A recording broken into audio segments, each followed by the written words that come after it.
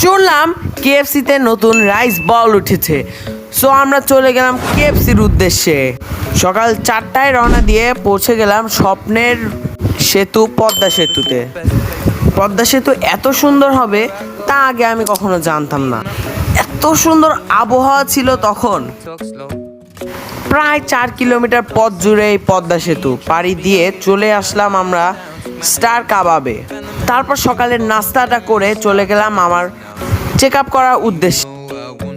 দেন আমরা চলে আসলাম কেএফসিতে গিয়েই রাইস বলটা নিয়ে নিলাম। রাইস বল ছিল, তার সাথে ছিল চিকেন 4টা এবং একটা পিএফসি ছিল।